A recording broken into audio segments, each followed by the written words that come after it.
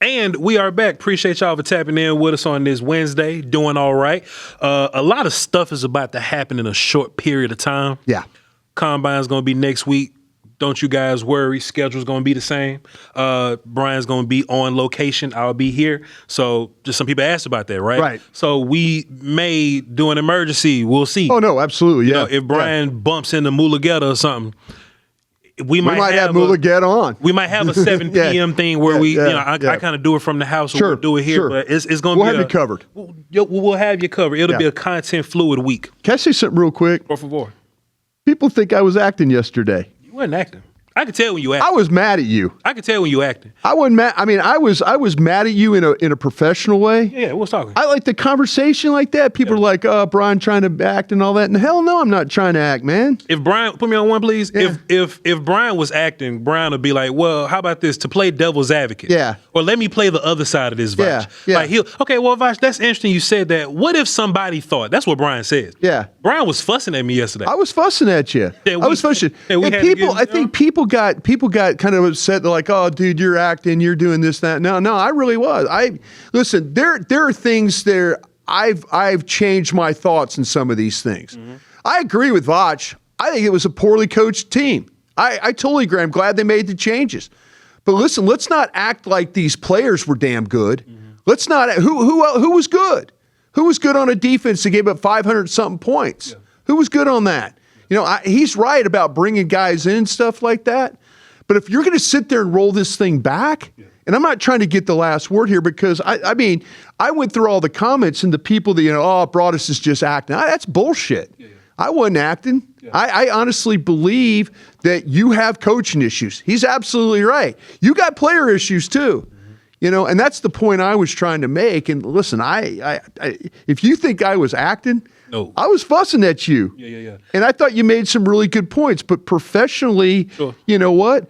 We sit there and we're thinking, well, this coaching staff, they couldn't do this, and that with the scheme. I agree. Mm-hmm. But, man, let's not act like the players that we might be bringing back is worth bringing back. Your side was, and I can take some points on your side as well. Yeah. Because I can be like, well, let's see if Maris Leofau is good enough. It's just your opinion that maybe Maris just ain't good enough, and we just need to retool linebacker. Yeah. Or we need to retool. Like, there was this period where we overrate Cowboy players sometimes because there are. That's the biggest problem, I think, as in media, that we get in that mode. We get out to Oxnard and we start to sit there and like, Tyrone Crawford looking good, boy. Everything's looking good. Yeah. Hey, I don't want to be that guy anymore. Yeah. I'm sorry. No. I cut you out. Like, we hung on to like the Jeremy Mincey, Tyrone Crawfords for a long time. Sure. We held on to Connor Williams and them guys way too long because we was just, you know what I mean? Yeah. So you're not wrong. I just don't want to leave money on the table. Yeah. As old domino term, old card playing term. I don't want to leave money on the table when, man, year 3 of a rookie is super important. Or year 3 of a young player. Right. Like in their rookie deal or whatever, right? I just don't want Maris to leave and he goes and be fantastic somewhere else. My biggest point in this thing was because you never saw him play, right? Because we just didn't get the opportunity under good coaching. That's fair. Under good coaching. Under good coaching. Under good coaching. But just like my biggest point was yesterday, bring Fowler back. But if Fowler's your 7th defensive end, then cut Fowler. Sure. You know what I'm saying? So yeah, Brian wasn't. No, seriously, this ain't no acting, man. I was not happy with my counterpart here. And there are some people that are on your side of it. Like, what has Osa done? You know what I mean? Or what is this guy doing? I just want to go forward now and, like, listen, like, we can put all this on coaching. Absolutely. I'm putting some of this on Will McClay and Jerry Jones and Stephen Jones. Mm-hmm. I'm putting some on them. We're going to this thing thinking, oh, well, hell, they're going to use 12 and 20 and woo, we're going to be fixed. Everything's going to be great. Yeah. Let's sit there and always say, tap the brakes. Yeah. I have some faith that they're going to do some good things. I have some faith that they're actually going out and spend some money in free agency. Yeah. If they do that, that's going to supplement exactly what Voch is talking about. So I understand that part about it. But, man, I am not going to go into this mode of just rubber stamping it thinking, well, hey, we'll just, all of a sudden old Overshone, he'll be just fine, and this and that and the other. Listen, show me, prove me. State of Missouri. Show me state. Show me. Yeah, show me. I'll tell you where we didn't disagree at all. we didn't have a fuss about Sam Williams. Not 1 minute. No. Not 1 minute. But see, I think that I think you're right about this. I think you have an idea about guys like Tolbert, Sam Williams. I think you know who they are. You know who they are. And to your point, that's absolutely way it should be. But I'm just not going to fall in the trap of just saying low-hanging fruit. To me, that, with coaches, let's evaluate the players, but let's also evaluate the evaluators. That needs to pick up too. Yeah. Bryan, you got a little tidbit for us about the George Pickens situation. I do. We hear the reports that they haven't talked to Mulugeta yet. They have not. You're confirming that. Yeah. Why? Why you think so? Well, I think, to me, Mulugeta would like to be able to get this discussions going next week at the combine. I think this combine, I think I've asked you this question. Mm-hmm. Could this be the most important combine that Jerry and Stephen Jones have ever had? And people say, well, yeah, bro, it's 30 years. They haven't done anything.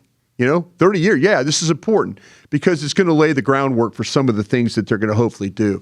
But talking to some people in the organization, yesterday was the first day that you could apply the tag on players. Mm-hmm. We got the Adam Schefter report of the Cowboys are going to tag George Pickens. Okay, great. Everybody's thinking, well, George Pickens' first day is going to get tagged. No, Cowboys are really in no hurry to do this. Mm-hmm. And they got till March 3rd. They've got till March 3rd to kind of figure this out. I think they're going to the combine with the idea of trying to hammer something out with David Mulugeta. I really do believe that. And we'll see if it happens, but they're in no hurry to put that tag on Pickens because they want to try and do something here going forward. Do you hate that, or is that a decent way to approach things? Give me an opportunity. Yeah. Give me an opportunity to meet with the guy face to face. And say, listen, what do you really need out of this? Mm-hmm. Is David Mulugeta going to try and hammer you, and put his client as the top paid receiver? I think Chase is at $40 million a season right now at Cincinnati. Yeah. If he does that, I think the Cowboys have got a very simple plan. Yeah. The very simple plan. Tag him and play on. Tag him, let him sign it, let him play on. And then, and see what happens after the season. Mm-hmm. And then if you want to tag him again, I know I've talked to Todd Archer about this. Mm-hmm. You're just take the tag, then take the tag again, and you're probably going to have a client that's not too, or a player that's not too happy about that. Yeah. But those are the things that you can do with the tag. If this thing turns into $40 million a year, I could honestly see the Cowboys stepping back like they did from Micah Parsons. Do you think that with the current trade compensation talk that's been happening, it ain't like you're going to get a 1 for him, right? And this is from people around the league saying, I can see a 3, I can see a 2. Yeah. Do you think that makes the price go down? Like Mulugeta can't be like, he's a $40 million player. He's one of the best receivers in the league. The Cowboys can counter with, well, me and you talk to people around the league. They don't agree with you. Right. You know what I'm saying? So if you leave us, you'll get wide receiver 2 money. So don't ask us for wide receiver 1 money, Bryan. Do you think that'll be the case? Yeah. The thing with the negotiations with Mulugeta is, I talked to some teams. As you know, Voch, I live on my gang of 7, which are general managers, player personnel directors, scouts around the league that I go to ask questions. And I asked a couple of them. A couple of these general managers got back to me. Both these are high-ranking general managers whose teams were in the playoffs. And their teams are good. They know it. And I asked the question about what's the value of George Pickens? Mm-hmm. One general manager told me, he says, if you don't get a 1, don't trade him. Don't trade him. I had another general manager tell me, listen, you're probably in a situation where you could take a 2 because somebody's going to have to pay the freight. Mm-hmm. Somebody's going to want to give you that second-round pick, and they're going to have to put the money up. Yeah. So that's maybe why the value of him might not be as high. So to me, like say, one general manager told me, listen, I ain't trading George Pickens unless I get a 1 out of this thing. And and I challenged my guys on 105.3 The Fan yesterday. Yeah. I'll challenge you right now in a way. If you could tell me in your stack of first-round receivers, Pickens better than all of them. All of them. Tyson, Lemon, and Tate. See, that's what I'm saying. Yeah. That to me, if I'm interested. And I don't even think it's close neither. Yeah, if I'm moving on from George Pickens, and I'm trying to convince, if I'm at another team and I'm looking for wide receiver help, you know what I'm doing? If I'm the pro guy, I'm going to the college guys and saying, who's our top? Give me your top three. Give me your top three receivers. Yeah. And they're going to fire you Tate from Ohio State. They're going to fire you Tyson from Arizona State. They're going to fire you Lemon from USC. Yep. That's who they're going to fire at you. And then you ask the question, listen, I got a guy. You familiar with George Pickens? Yeah. This is where I was taking the college guy. Yeah. You familiar with George Pickens? I want you to watch George Pickens play. Yep. And you tell me, find me one of them. You tell me if any one of your guys is better than George Pickens. If that's the case, I'll shut my ass up and walk back. But if you could tell me that we've got guys out there that are better than George Pickens and we shouldn't consider making this move, George Pickens is now the things that come with George Pickens. Sure. George Pickens ain't a bad guy. George Pickens just doesn't want to show up on time. I said on Twitter, as long as he ain't hitting women, as long as he's not gambling on catches, because they'll kick out the lead for that, and as long as he ain't got caught with like coke in his trunk trying to cross the board and stuff like that, like while he'll go to jail. Yeah. Pickens ain't going to jail. No, George Pickens is a guy that just kind of moves to his own beat. And if anybody's played football, Brian, I played in the 2000s. Yeah. You played in the 80s. In the 80s, yeah. Star players get treated a little different. Way different. Star players get treated a little different. They would kick my ass. If something happened at a bar in Baton Rouge and I was involved, I was going to go back to Dallas, Texas. That's the game. That running back from Patterson, Louisiana that's carrying the ball and beating Florida and Alabama every year, he ain't going anywhere. It's like, hey, come on, Dalton. We can't be doing that stuff. Trent Seed can't do it. Yeah. Trent Seed can't be late. Yeah. Yeah, just George Pickens can. Yeah, be one of those. Star players are treated differently. Yep. They are. They just are. Okay. But to me, I am challenging my college department. If we're looking for a receiver, if we're one of those needy receiver teams, and I'm thinking, guys, I got one for you.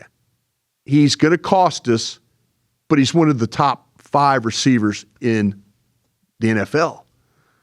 Can we do this? Mm-hmm. And then the forward-thinking teams, let's see if we can make this work. Yeah. Let's see if we give Jerry and Steven a call.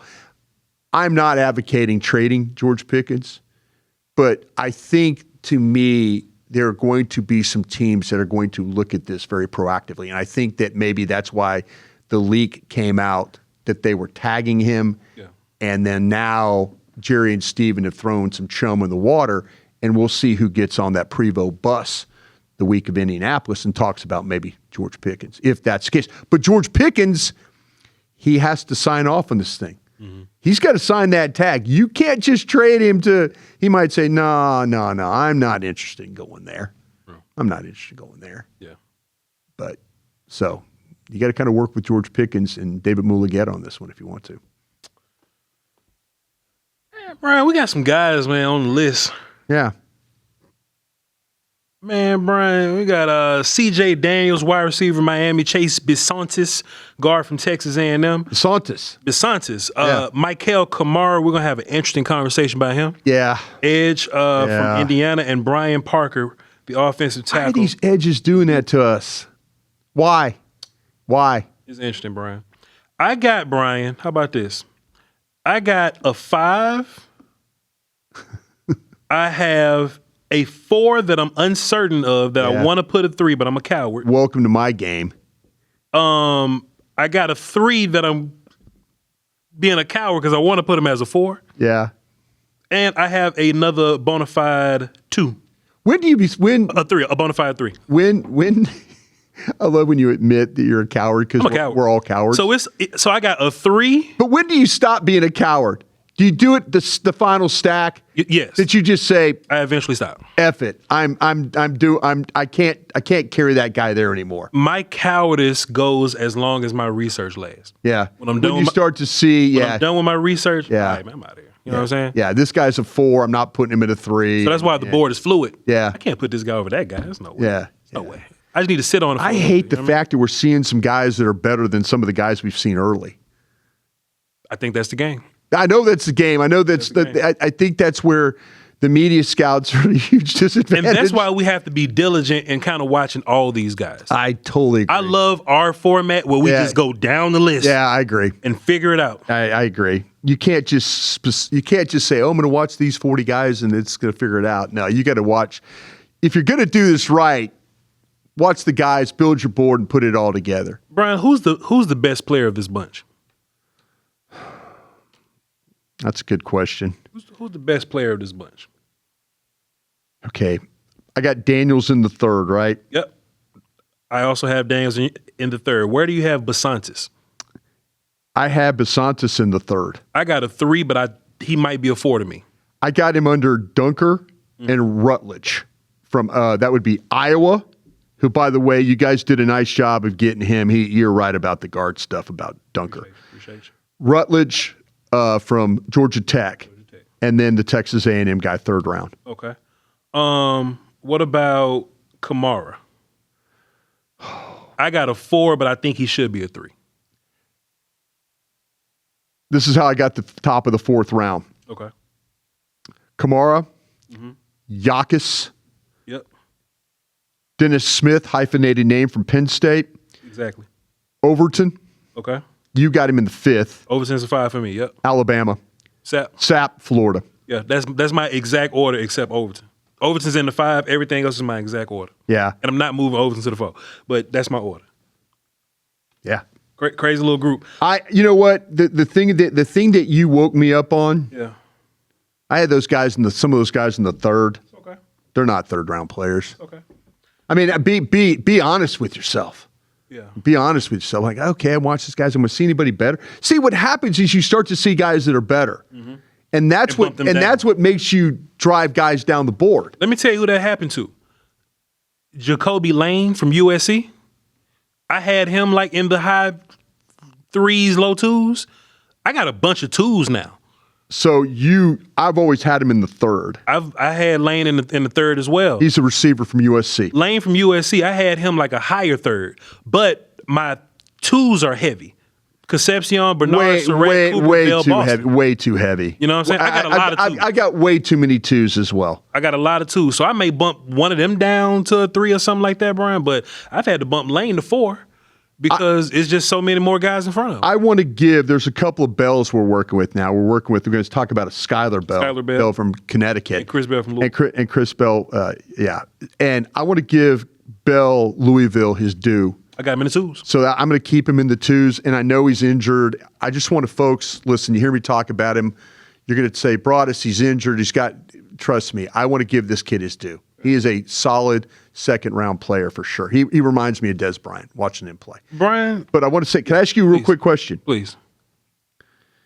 If you had to drop one of the Indiana receivers, Cooper or Surratt, in a down around, who would you drop? Or would you drop both of them? Neither one of them run all that well. Yeah. They both route runners. Yeah. Which you love. If I had to drop one, I would say Surratt because Cooper gives me hands, ball tracking, you know what I'm saying? Yeah. Not really. He didn't run a bunch down the field. Yeah. Surratt ran everywhere. Yeah. And lined up at different spots. Yeah. I would say Surratt's a better route runner. Sure. And Cooper maybe is a little limited. Yeah. I don't know what Cooper's going to run neither. So if I had to bump one down, it would probably be Cooper. Yeah. And I would leave Surratt there, but. See, I think I would drop Surratt. Okay. I think me personally, I would. Sure. That's just see, I had, and we're going to get into Daniels from Miami. Yeah.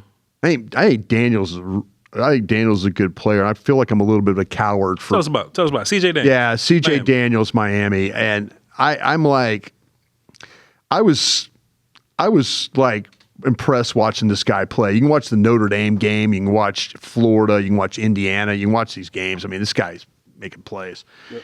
He attacks the ball. He's got a knack for making huge plays when it comes to contested catches. This guy contorts his body in all ways to bring the ball down. He tracks it. Man, we've talked about a lot of these wide receivers this draft. Tracking the ball. Sometimes if you're not fast, you better have another superpower. and tracking that football is some of these guys' power. I think his concentration level is super high. Yeah. There's passes he brings down, you think he's got no chance. And so, you can watch the Notre Dame game. I mean, he makes a play in the end zone, like one-handed, that you're like going, he shouldn't have caught that ball. Yep. He's got some initial quickness.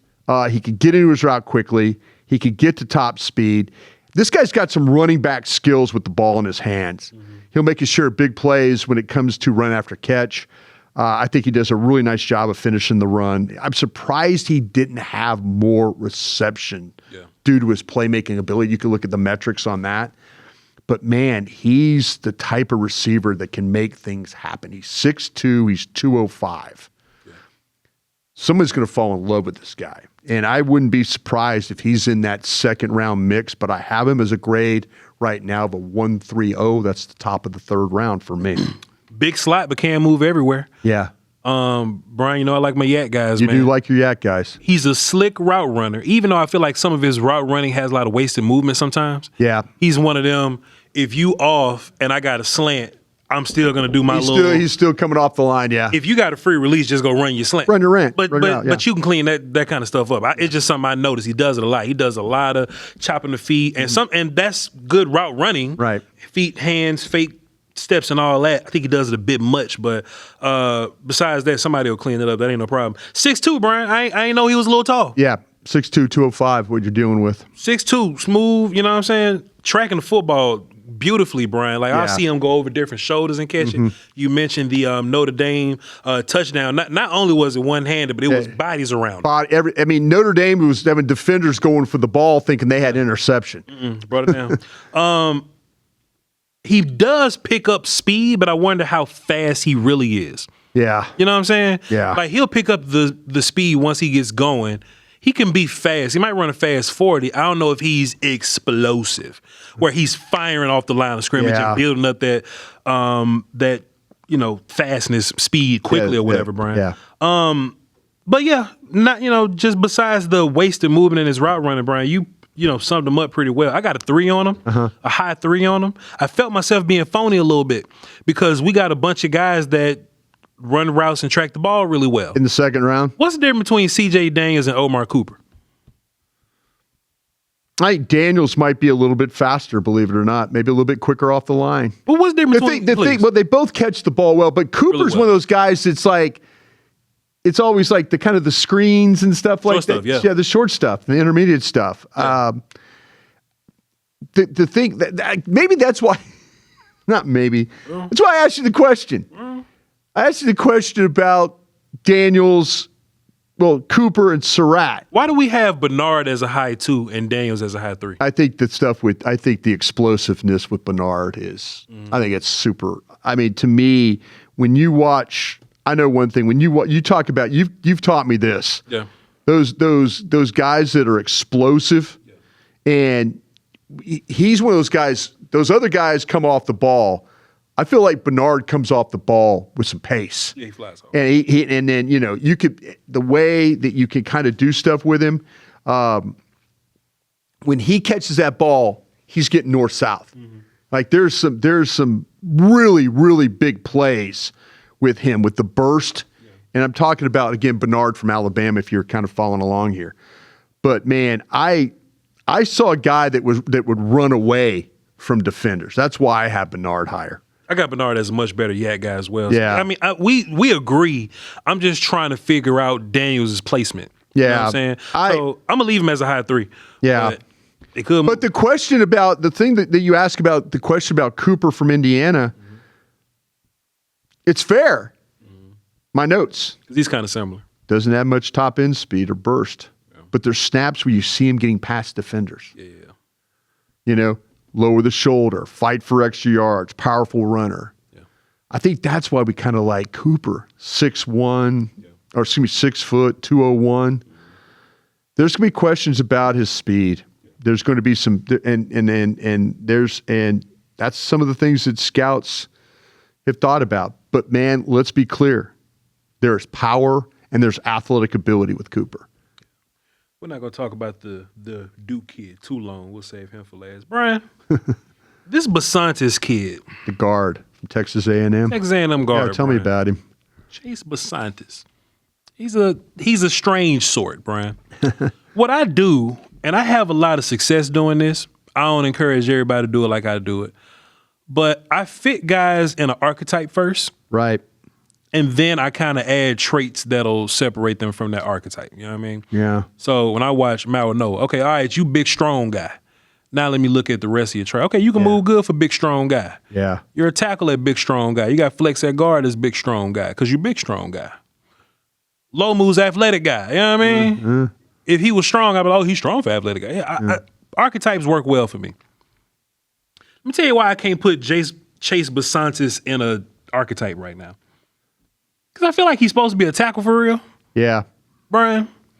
And I think he'll do tackle things well. Uh-huh. But they play him at guard. And I think by them playing him at guard, it's forcing him to do guard stuff that he doesn't do as well.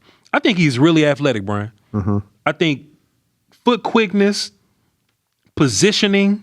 You liked his foot quickness? I think he has some decent foot quickness, Brian. Decent foot quickness. Yeah. So let me look around at his peers real quick. So he's not, let's say the center from Kansas State, Hetched. Yeah. He ain't got Hetched quickness. You know what I'm saying? Yeah. But in terms of him versus Ione or like Prignon or whatever, he got better foot quickness than them. I think he's got better foot quickness than like Dunker and them too. You know what I'm saying? So as a guard, I think he got decent foot quickness, Brian. I don't think he's very powerful, but there is footage of him moving people. I think he knows how to anchor. I think he would rather lean. Yeah. You know what I'm saying? So when he gets a little leany sometimes, it look like he can't anchor all that well. I think it's a technique deficiency, Brian, but this the nonsense. I think he got some decent hand technique. As a pass blocker, I think he got some decent hand technique. He just doesn't land it consistently. You know what I'm saying? Right. I look for the pass blocker that looks to use hand techniques. Some people just want to wrestle. Prignon just want to wrestle. Yeah. Rutledge just want to wrestle. I see Bisontis working for placement. Mm-hmm. He just doesn't always get there because he wants to lunge. I wonder, does he want to lunge because maybe he feels like he's not strong enough? And there are some reps where he doesn't look strong enough, Brian. Yeah. I think he's much better at angle blocks, like down blocking and stuff like that, reaching and stuff, working sideways and all that kind of stuff. I don't like to see him shoot off the ball and try to move people. Yeah. I don't think he does it all that well. And sometimes he misses because he's leaning and lunging. Right. I don't like 300-pound guards in the first damn place, Brian. You know what I'm saying? He's like what, 305 or something? No, we got him at 315. 315? Yeah. He looks lighter. Looks lighter than that. A little lighter to me. Yeah. I mean, that's what we're working on. Sometimes we're at the mercy. We'll get the official measurements here coming up, but I had him at 6'5", 315. I see him kind of run into people and bounce off people, Brian. Yeah. And I think one of his worst traits, him and our Duke guy, they both catch. Thank you. They're both catchers. Thank you. And he's not delivering a blow. Thank you. I want him to have a base and deliver a blow. Thank you. And he doesn't do that. Yeah. I've seen this guy get mocked really high. I've seen him as a first-round guy. Too high for me. Way too high for me. I'm glad you pointed out the hand stuff. Mm-hmm. He has a tendency to reach for defenders instead of punching them. Yep. And I think when he has to deal with some quick movement, he gets in trouble. I watched the Texas game, the Miami game. That kind of gave me a little bit of that. I don't see ideal balance, and I don't see ideal quickness from this guy. But I do. He gets a really wide base, and sometimes when you get a really wide base, you don't play with power. But his feet don't always move like they need to. It might be because of the wide base.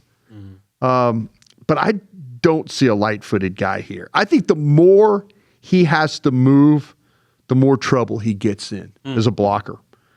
So he could get a little top-heavy, a little off-balance. You see his eye level drop the longer he has to go. I think the run block and stuff, he could get push. He'll come off the snap, get into his guy, continue to work his feet. He'll anchor down when he has to in the pass stuff. But the lateral movement, I had a real problem with him. This might be one of those guys that, boy, I've got a real shot of being wrong about. He's a weird one, Brian. He's got a shot to probably get drafted way higher than I thought. And on draft day, night, afternoon, whatever, I'll tell you exactly what I just told you. and we'll see. We could be proven wrong on that. This guy's got some fourth-round traits to him. Yep. And people are talking about him as a 1. Yeah. I think Dunker, Iowa, Rutledge, Georgia Tech, I think I would rather have those 2 than I would and have this gentleman. So I put him in the 3rd round. Honestly, he very well could be in the 4th round when it's all said and done. Where do you have Davis from Illinois, the tackle? 4th round, bottom of the 4th. Well, bottom of the 4th. I got him as a guard. Do you have Davis as a guard? So I got him over Basantis. Yeah. And I'm probably about Have you seen Campbell yet from Texas? Okay, well, you'll get to him then too. But he'll probably be in that range for you as well. I think I'm gonna end up putting Bisontis in the 4th. He's just not refined right now. He's just not refined to me right now. Yeah. And I don't really know, man. He got. He reads like a 4th-round player. Sure. He reads like a 4th-round player. Yeah. And how much does he do great? Not a lot. I see him attempt a lot. I think he's coachable. Yeah. I think he has an idea of how to do next level stuff. It's just not. He doesn't apply it all the time. Yeah. I don't know, but his film be up and down, Brian. Sometimes he'll have some real good reps, man. I'll struggle with some of these A&M kids, defensively, offensively. I won't struggle with. Well, not Concepcion. I don't think I struggle with Concepcion, the wide receiver. Cassius is nice. Yeah, Cassius. Yeah, the rest of these absolutely. Can go. I got one more long discussion for you. Got it. Because I don't think Brian Parker is going to be a long conversation. I don't think we're going to talk about Parker all that long. Brian. What do we do with Mikail Kamara, the pass rush from Indiana? Yeah, I've got him. Did you watch last year's film? I watched this year's film. And last year, when he had 10 sacks or something like that, did you peek and all of a sudden you're like going, whoa, I should have watched this film to start the day? I was like, why is he so much better last year than this year? But they had more guys last year. We had 3 or 4 guys that we had to do that with, it seems like. He had, Jordan Phillips. Yeah. So he had 2 interior guys next to him. Yeah. So that probably made him a little better. And plus, when you're a good pass rush, teams acknowledge you as such. Mm-hmm. But I looked at both years. And even this year, he didn't have the sacks, but he had hits and pressures, Brian. Sure. He know how to rush the passer, man. Mm-hmm. Brian. By the way, this guy was not invited to the combine. I saw. Strange. Very strange. Because you need his measurements because he's 6'1". Yeah, he's 6'1". 6'1", 260. Yeah. Brian, you know what we think about James Houston? Yeah. I kind of think that a little bit. It's not a direct comparison because I hate player comparisons. I just don't do them. Right. But a guy that he's not going to have the measurables, but he knows how to rush, Brian. Mm-hmm. He knows how to rush. May not be a complete player. Yeah. But the dude make plays, man. Yeah. The dude make plays. And he ain't just like, I don't think he's particularly bendy or explosive or anything. He's not going to measure great. That's why he needs to be at the company. He's not going to measure and test all that great at all, Brian. His measurables ain't gonna be great, but I'm film dude. What'd you think about his first step? I don't even think it mattered. I ain't noticed it. Yeah. Normally I take notes on things that I notice. Yeah. I didn't think he was particularly slow off the ball. I didn't think he was super fast off of it. Sure. You know what I'm saying? So I didn't take a note of it. But what I did notice is when he did find himself in compromised positions, because people got longer arms than him. Yeah. People get off the ball quicker than him. Right. Brian, he knows how to. He'll just let me lift your elbow. Yeah. Yeah. And get under there and go make a play. Sure. And go hit the quarterback. You know what I'm saying? He knows how to stack and shed people. Yeah. That's good. That part of it is good. Yeah. Just with a lack of extension, a lack of long arms, he just know how to stack and extend. He plays with some leverage. Yeah. And he plays with great leverage. Yeah. At level and all this, Brian. And I'm watching him produce. And my big question is, how is this going to translate to the next level? Right. That's my big thing. But Brian, he went on this playoff run where he's beating the shit out of Caden Proctor. Yeah. He's running them out with Noah. It's playoffs. Yeah. You know what I'm saying? Right. Like he's running to some guys. Yeah. And this is where I'm phony, Brian, because something's telling me put him in the 4s. Yeah. But if I go, all right, if Jerry Jones said, hey, who would you rather have on your defense, Voch? Kamara or like Zion Young? By the film, Kamara made more plays than Young. Yeah. Kamara has a lot more pass rush tools than Josh Joseph. Yeah. Josh Joseph from Tennessee is a lot more explosive. He is. Kamara know how to rush the passer, though. Right. And he produces more.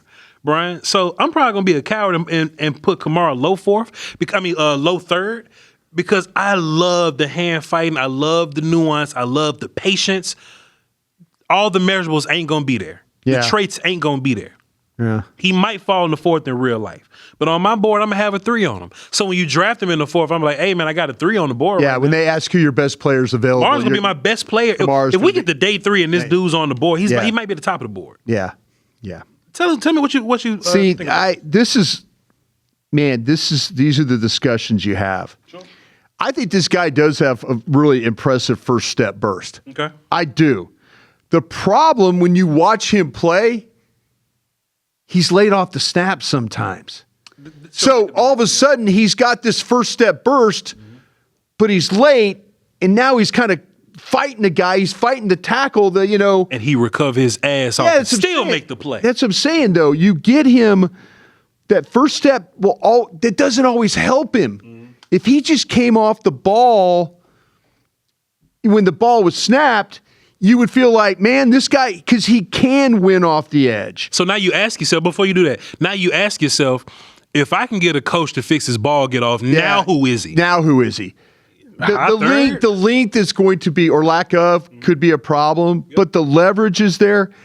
This guy does have a history of shoulder problems that need to be checked. Okay, that's okay. Okay, he's got one of those. Remember we went through that with, who was our guy, Ball? Subluxation? Yeah, it was this happened, he's got situations, this happened back in 2021. So, we think we got it fixed. But just know that there's a shoulder thing that we're going to have to check on. I mentioned he wasn't invited to the combine, which is a shame. Crazy. Love the way this guy plays the run, the leverage, to get under blockers, split double teams. He can win with that quick move, jump off the jump, and get right in the backfield when you're talking about some of the run stuff. But man, when he's coming off the ball as a pass rusher, he is a tick late, and then all of a sudden it affects him getting to the tackle. And you're right. I think he could recover, and then you'll see a pressure to that way. I didn't think he was always aware. In the run game sometimes. Yeah, I mentioned him I love the way he plays a run, but there's times where he gets locked up, and it's, why is the ball going away from me? Why is the ball going by me? Why is that happening to me? But the leverage, the power, all that. Know what it is, Brian? He has a muscle memory on how to deal with blocks. Yeah. But he may not be particularly good at finding the football. Yeah. But if you down blocking on him, he'll cross face. If you're reaching, he's gonna fight outside. If you pulling, he'll step down and thump. Because that's his muscle memory. Yeah. But he don't find the ball well after. I'm struggling, man. And we've had a couple of these guys in this draft. 10 sacks in 2024, 2 sacks in 2025. And we talked about it, you said about some of the players around him and things like that. But, man, it's tough. This one's a tough one. It's 6'1", 262. You wish that he was at the combine to see him compared to the other guys moving around. We'll get all the measurables and stuff when people go to Bloomington and work this guy out. I have a feeling this guy's going to get drafted. I think you talk about the third round, wouldn't be surprised. I have him at the top of the fourth. Yeah. I'm in the top of the fourth. The 6'1", the 262 kind of gets me a little bit. Being laid off the ball gets me a little bit. But, man, every year it happens. Yeah. These kids that don't get invited to the combine show up, they work out, they play well, they get drafted, and the rest is history. But I need to kind of figure out, too, why 10 sacks and then 2? Why does that happen to some of these kids? Yeah. But in the Miami game, they dropped him in coverage a couple of different times. Please don't do that ever again. Mm-mm. Please don't do that. Let this kid rush the passer. Yeah. That's what he does well. Yeah, it's going to be a conversation worth keeping tabs on, and I think national media is going to start talking about him more because we're going to get further down the board. Yeah, and just talk about it a little bit more. But I like him better than Dennis Sutton. I don't give a damn about measurables for real. You know what I'm saying? Yeah, I see where you're going there. Brian, we ain't got to talk long about Brian Parker from Duke. I wasn't inspired by Brian. First of all, what round do you have? He's a 5th round player. Okay, he's a 5 for me too, Brian. Yeah. He's one of them weird cats that's a lot more aggressive than they are strong. Right. He's one of them Brock Hoffman cats. Yeah. He plays right tackle. He probably a guard. Yeah. If he's a guard, he'll. I put him at center.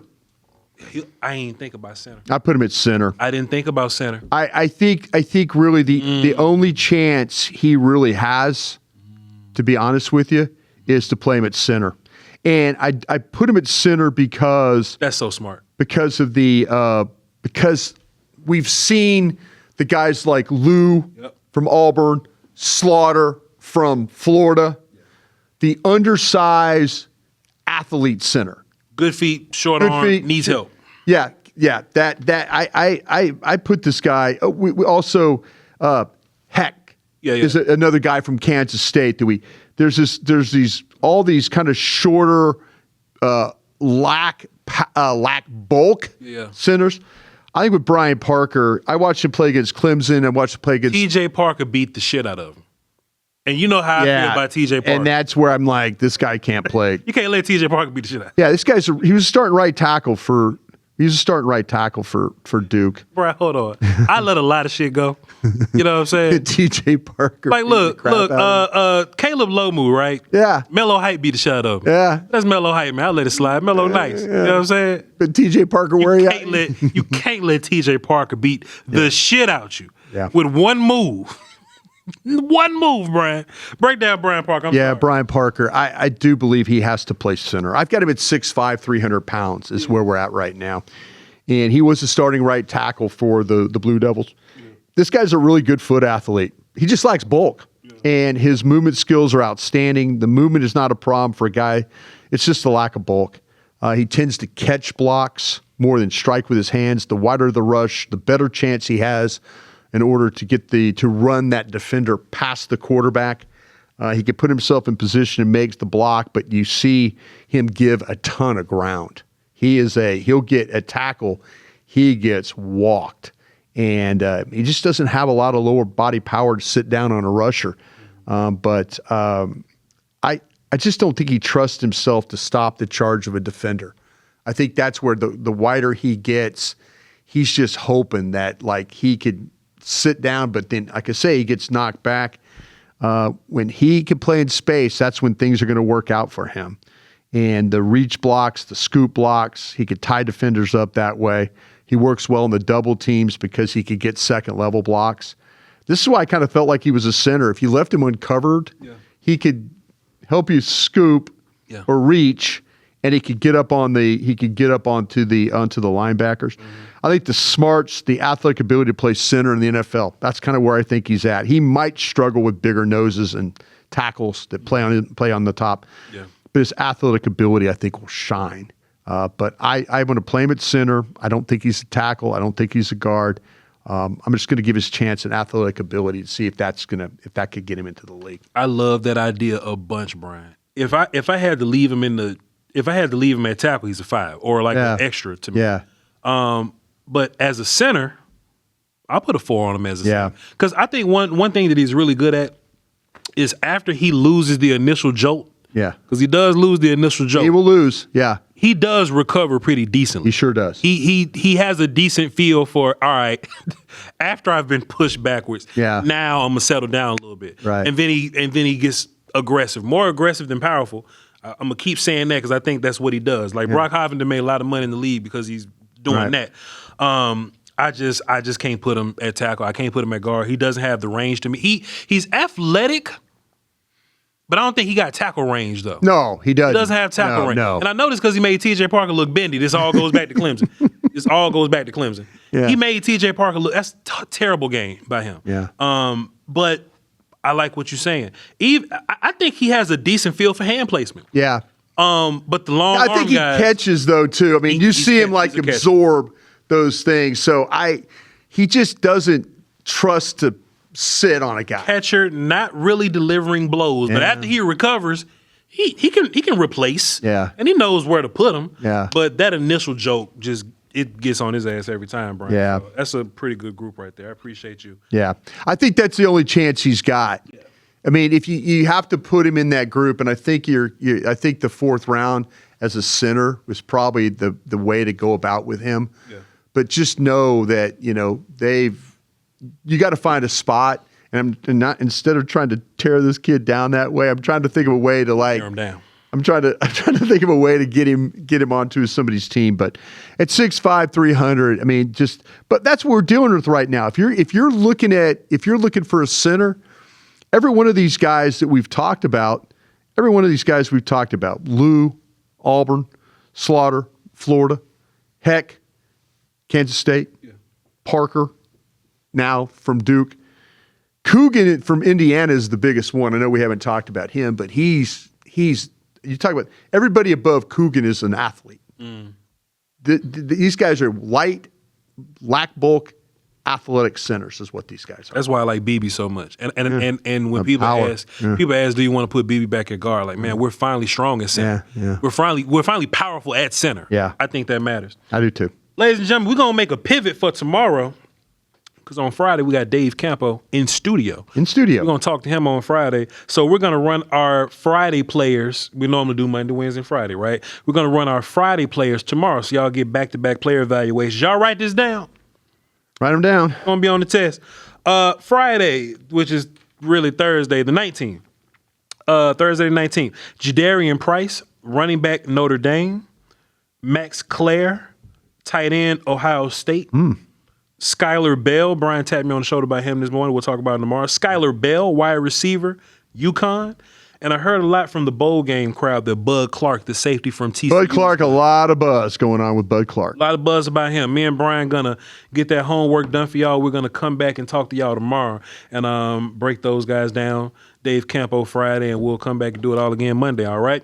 Hey, Voch, where can I find it, Voch? It's on crownglobemedia.com. Everything that you're looking for, the merch, the links to the other shows that we do, any other channels that we have. Got our clips page, too, on YouTube, right? It's going to be on crownglobemedia.com. If you want, you know what I'm saying, you want some merch. You want your stack draft notebook or whatever, you know what I'm saying? You swing that mug open, you know what I mean? Knock yourself out. It's on the website. Get you a quarter zip. Some people say, yo, Voch, that's a nice quarter zip you got on there.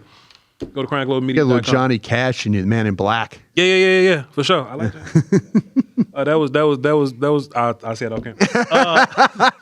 Okay. Hey, he's Crown Global Media on Twitter. I'm Voch Lombardi on Twitter, and we'll catch y'all next time. Love y'all to pieces. Crown.